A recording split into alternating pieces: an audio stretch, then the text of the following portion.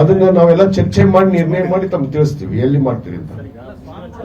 ಈಗ ನೀವು ಬಸವರಾಜ ಪಾಟೀಲ್ ಯತ್ನಾಳ್ ಅವರ ಸಂಸ್ಕಾರ ಸಂಸ್ಕೃತಿ ಬಗ್ಗೆ ಎಲ್ಲ ಮಾತಾಡ್ತಾ ಇದ್ದೀರಿ.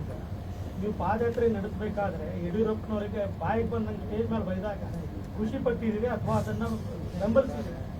ಈಗ ಅವ್ರ ಸಂಸ್ಕಾರ ಸಂಸ್ಕೃತಿ ಬಗ್ಗೆ ಮಾತಾಡ್ತಾ ಇದ್ದೀರಿ. ಅಲ್ಲ, ಅದನ್ನ ನೋಡೇ ನಾನು ಹೇಳ್ತಾ ಇದ್ದೀನಿ. ಅವ್ರ ಸಂಸ್ಕಾರ ಇವತ್ತಲ್ಲ, ನಾನು ಅವ್ರನ್ನ ನೋಡ್ತಾ ಇದ್ದು ಹೋರಾಟದ ಸಭೆಯಲ್ಲಿ ಕೂಡ ಅವ್ರನ್ನ ನೋಡಿದ್ದೀನಿ. ಅವ್ರ ಸಂಸ್ಕಾರ ಅದೇ ಅವ್ರಿಗೆ ಅದಕ್ಕೆ ಹೇಳಿದ್ನಲ್ಲ, ಯಾರ ಬಗ್ಗೆನೂ ಗೌರವ ಇಲ್ಲ. ಆ ಸಮಾಜದ ವೇದಿಕೆಯಲ್ಲಿ ವೈಯಕ್ತಿಕವಾಗಿ ನಾನು ಹಿಂದೂ ಹಿಂದೂ ಅಂತ ಅನೇಕ ಸರಿ ನಾನು ಖಂಡಿಸಿದ್ದೀನಿ. ಯಾವುದೇ ಸಮಾಜವನ್ನ, ಯಾವುದೇ ಧರ್ಮವನ್ನ, ಯಾವುದೇ ನಾಯಕರನ್ನ ತೆಗಳಬಾರದು ನಮ್ಮ ವೇದಿಕೆಯಲ್ಲಿ. ಯಾಕಂದ್ರೆ ನನಗೂ ಒಂದು ಜವಾಬ್ದಾರಿ ಇದೆ. ನಾನು ಕೂಡ ಪ್ರಮುಖವಾಗಿ ಆ ಹೋರಾಟದಲ್ಲಿ ಭಾಗವಹಿಸ್ತೇನೆ. ನಾನು 712 ಕಿಲೋಮೀಟರ್ 1 ಕಿಲೋಮೀಟರ್ ಕೂಡ ನಾನು ಬಿಡದೆ ನಡೆದಂತವ್ರು ಗುರುಗಳ ಜೊತೆಗೆ. ಆದ್ರೆ ಇವರು ಎಲ್ಲ ವೇದಿಕೆಯಲ್ಲಿ ಬಳಕೆ ಮಾಡಿಕೊಂಡ್ರು. ಅದನ್ನ ಹಿಂದೂವಾಗಿ ಹಿಂದೂ ಹಿಂದೂ ಹಿಂದೂ ಅಂತ. ನಮಗೆ ಧರ್ಮ ಇದೆ, ನಮ್ಗೆ ಲಿಂಗಾಯತ ಧರ್ಮ ಇದೆ. ಇವರು ತಮ್ಮ ವೈಯಕ್ತಿಕವಾಗಿ ಒಮ್ಮೆ ಬಸವಣ್ಣವರು ಬೈತಾರ, ಮತ್ತೆ ಎಲ್ಲರೂ ಬೈತಾರ. ಇದು ಅವ್ರ ನಡೆ ಇದು. ಅವಾಗ ಯಡಿಯೂರಪ್ಪನವರು ಬೈದಾರೆ, ಈಗೂ ಬೈತಾರಲ್ಲ. 10 ಬೆಳಿಗ್ಗೆ ಯಡಿಯೂರಪ್ಪನವ್ರ ಮಗನ ಅವ್ರು ಬೇಯಿಲ್ಲ ಅಂದ್ರೆ ಅವರಿಗೆ ಊಟ ತಿಂದಿದ್ದು ಅರಗದೇ ಇಲ್ಲ.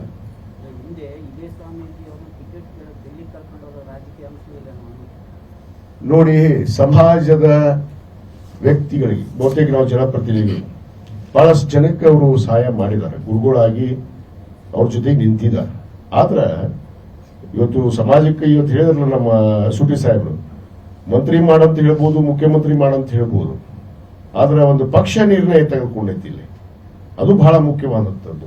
ಒಂದು ಪಕ್ಷದ ಅಡಿಯಲ್ಲಿ ನಾವು ಕೆಲಸ ಮಾಡೋದ್ನಾಗ ಪಕ್ಷ ನಿರ್ಣಯ ತೆಗೆದುಕೊಂಡಾಗ ಗುರುಗಳು ಸಮುದಾಯ ಎದ್ದಿಂದಿರುವಂಥದ್ದು ಎಷ್ಟು ಸರಿನಾ?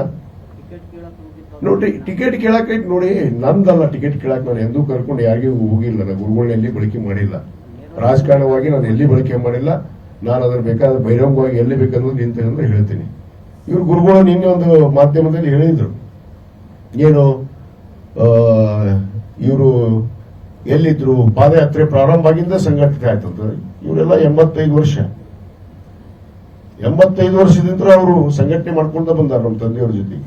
ನಮ್ಮ ತಂದೆಯವರು ಇವತ್ತಿಲ್ಲ, ಆದ್ರೆ ಇವರು ಗುರುಗಳು ಬಂದ್ಮೇಲೆ ಸಂಘಟನೆ ಆತ. ಅವ್ರು ಹೇಳ್ತಾರ ಯಾರ್ಯಾರು ಎಲ್ಲಿದ್ರು, ಇವ್ರಿಗೆ ಹೋರಾಟ ಮಾಡಬೇಡ ಅಂತ ಹೇಳಿದಂತೆ.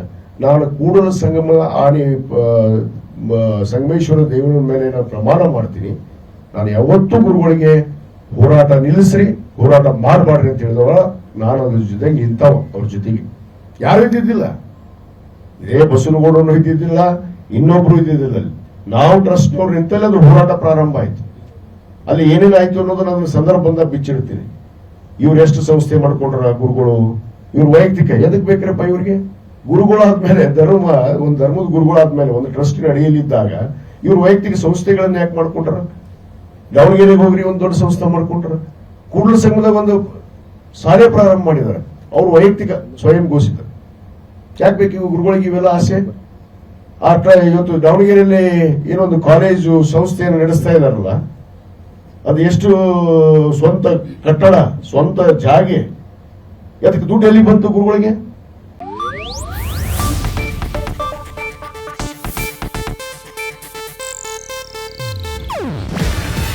ಇದು ಏಷ್ಯಾನೆಟ್ ನ್ಯೂಸ್ ನೆಟ್ವರ್ಕ್ ಪ್ರಸ್ತುತಿ.